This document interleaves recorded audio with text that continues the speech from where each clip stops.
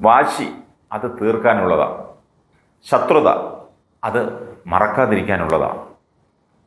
കൃത്യമായി ശത്രു ആരാണെന്ന് അറിഞ്ഞിരുന്നാൽ മാത്രമേ അടുത്ത കരുക്കൾ നീക്കാൻ സാധിക്കൂ. ഈ ദിവസങ്ങളിലെ പല നഗരസഭയിലെ സംഭവവാസങ്ങളെ വിലയിരുത്തിയത് കണ്ടു. പലരും പറഞ്ഞത് ജോസ് കെ മാണി തേഞ്ഞൊട്ടി, ജോസ് കെ മാണി തോറ്റമ്പി എന്നൊക്കെയാണ്. അങ്ങനെയൊക്കെയാണ് വാർത്തകൾ ചെയ്തത്. വാർത്തകളുടെ തലക്കെട്ട് അങ്ങനെയൊക്കെയായിരുന്നു. യഥാർത്ഥത്തിൽ അങ്ങനെയാണോ? പുറകോട്ടൊന്ന് ചികഞ്ഞാൽ പലതും നമുക്ക് മനസ്സിലാക്കാൻ സാധിക്കും. അങ്ങനെയെങ്കിൽ നമുക്ക് 2021 മടങ്ങിപ്പോകാം. 2021 നിയമസഭാ തെരഞ്ഞെടുപ്പ് അതിൻ്റെ മൂർധന്യാവസ്ഥയിലെത്തി നിൽക്കുമ്പോഴാണ് പാലാ നഗരസഭാ ഹാളിൽ ഈ സംഭവം നടക്കുന്നത്. ബിനു പുളിക്കണ്ടം ഒരു പ്രകോപനവുമില്ലാതെ മാണി ഗ്രൂപ്പ് കൗൺസിലറായ ബൈജു കൊല്ലംപറമ്പൻ്റെ കരണക്കുറ്റി നോക്കി ഒരടി കൊടുക്കുന്നു. ബൈജു തിരിച്ചടിക്കാൻ നോക്കിയില്ല. കാരണം തെരഞ്ഞെടുപ്പ് നടക്കുന്ന സമയമാണ്, തൻ്റെ നേതാവ് നിയമസഭയിലേക്ക് മത്സരിക്കുന്ന സമയവുമാണ്. ആ സമയത്ത് താനായിട്ട് ഒരലമ്പ് ഉണ്ടാക്കണ്ട എന്ന് കരുതിയാണ് ബൈജു ആത്മസംയമനം പാലിച്ചത്. ഏതായാലും പുളിക്കണ്ടത്തിൻ്റെ ആഗ്രഹം നടന്നു. മാർക്സിസ്റ്റ് പാർട്ടി രണ്ടായി തിരിഞ്ഞ് ഒരു ഭാഗം ജോസിനെതിരെ വോട്ട് ചെയ്ത് എതിരാളിയെ വിജയിപ്പിച്ചു.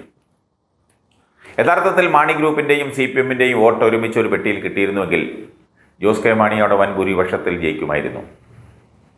കറതീർന്ന BJPക്കാരനായി അറിയപ്പെടുന്ന പുളിക്കണ്ടം BJP വോട്ടുകൾ മറിച്ചു ചെയ്യുവാൻ വേണ്ട എല്ലാ സാഹചര്യങ്ങളും എതിർ സ്ഥാനാർത്ഥിക്ക് ഒരുക്കിയിരുന്നെങ്കിലും മാർക്സിസ്റ്റ് പാർട്ടിയിലെ പകുതി വോട്ട് കൂടി മറിഞ്ഞാൽ മാത്രമേ ജോസിനെ തോൽപ്പിക്കാൻ ഉണ്ടായിരുന്നുള്ളൂ എന്നുള്ളൊരു ബോധം അയാൾക്കുണ്ടായിരുന്നു. കണക്കുകൾ പരിശോധിച്ചാൽ അത് മനസ്സിലാവുകയും ചെയ്യും. 2021 തെരഞ്ഞെടുപ്പിൽ BJP സ്ഥാനാർത്ഥി പ്രമീള ദേവിക്ക് ആകെ കിട്ടിയത് 10,000-ൽ താഴെ വോട്ടുകൾ മാത്രം. എന്നാൽ അതിനു മുമ്പ് നടന്ന 3 തെരഞ്ഞെടുപ്പുകളുടെ ഫലം പരിശോധിച്ചാൽ 25,000-നും 30,000-നും ഇടയ്ക്ക് വോട്ട് വിഹിതം BJPക്ക് ഉണ്ടെന്ന് മനസ്സിലാകണം. ഏതായാലും ബൈജു സുന്ദരമായി അടികൊണ്ട് തെരഞ്ഞെടുപ്പ് കാലമായതുകൊണ്ട് മുട്ടുമടക്കി വീട്ടിൽ പോയി. എന്നാൽ ജോസിൻ്റെ മനസ്സിലാ പഹ നീറി പുകഞ്ഞു.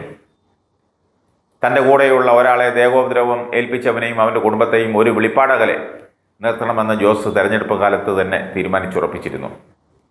നിർഭാഗ്യവശാൽ 2 പേർ വിരലെണ്ണാവുന്ന വോട്ടിനും ഒരാൾ നറുക്കെടുപ്പിനും തോറ്റുപോയതുകൊണ്ട് നഗരസഭ പിടിക്കാൻ സാധിച്ചില്ലെങ്കിലും പുളിക്കണ്ടൻ ട്രസ്റ്റിനെ ചുമക്കാൻ തയ്യാറല്ല എന്ന് മുൻപേ തന്നെ ജോസ് കെ മാണി തീരുമാനിച്ചിരുന്നു.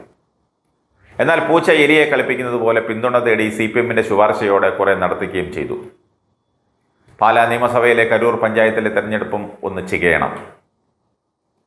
യഥാർത്ഥ പാർട്ടി പ്രവർത്തകനെ ആരെല്ലാം മറച്ചുപിടിക്കാൻ ശ്രമിച്ചാലും ഒടുവിൽ അവന് നിശ്ചയിച്ചിരിക്കുന്ന സ്ഥാനമാനങ്ങൾ അവനിൽ തന്നെ വന്ന് ചേരുമെന്ന് പുതിയ പഞ്ചായത്ത് പ്രസിഡന്റ് തെരഞ്ഞെടുപ്പോടുകൂടി തെളിഞ്ഞിരിക്കുകയാണ്.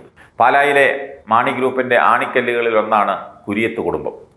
സന്തോഷ് സജി കുര്യത്തുമാരെ പോലെ ചിലരൊക്കെ വിട്ടുപിടിച്ച കോൺഗ്രസിലുണ്ടെന്നുള്ളത് സത്യമാണ്.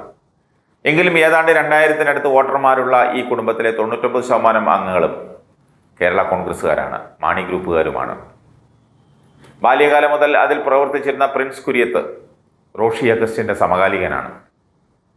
പാലായിലെ പഴയ ഒരു വ്യാപാരിയായ പ്രിൻസ് കേരള കോൺഗ്രസിന് വേണ്ടി എന്തും ത്യജിക്കുമായിരുന്നു, ഏതറ്റം വരെയും പോകുമായിരുന്നു.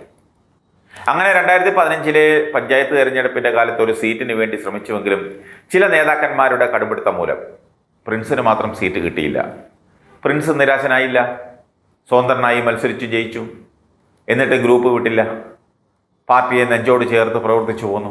അടുത്ത തെരഞ്ഞെടുപ്പ് വന്നപ്പോൾ, അതായത് 2020-ലും 2016-ന്റെ തനിയാവർത്തനമായിരുന്നു. അവിടെയും പ്രിൻസ് നിരാശനായില്ല, അടുത്ത വാർഡിൽ മത്സരിച്ച് ജയിച്ചു. വീണ്ടും മാണിക്കാരനായി തുടർന്നു. 2025 തെരഞ്ഞെടുപ്പിൽ വീണ്ടും മാണി ഗ്രൂപ്പിനോട് സീറ്റ് ചോദിച്ച പ്രിൻസിന് നിരാശ തന്നെയായിരുന്നു ഫലം. പഞ്ചായത്തിൻ്റെ ഒരറ്റത്തുള്ള വാർഡിൽ പോയി 3ാമത് മത്സരിച്ചു, ജയിക്കുന്നു. ഇവിടെ വിധി പ്രിൻസിന് അനുകൂലമായിരുന്നു.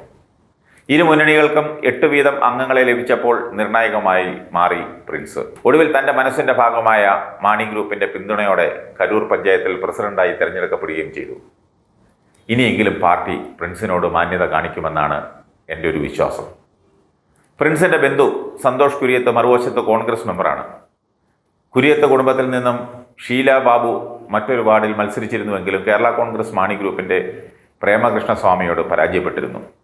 തറവാട്ടിൽ നിന്ന് മാറി നിന്നവനെ കൈപിടിച്ച് ചേർത്തി നിർത്തിയതും തറവാടിന് അള്ളുവയ്ക്കാൻ വന്നവനെ തുരത്തി ഓടിച്ചതും മാണി ഗ്രൂപ്പിൻ്റെ ബുദ്ധിപരമായ നീക്കം. ഒരു കാര്യം പറയാം, നട്ടവനെയും നനച്ചവനെയും മറക്കാതിരുന്നാൽ കേരള കോൺഗ്രസിന് കൊള്ളാം.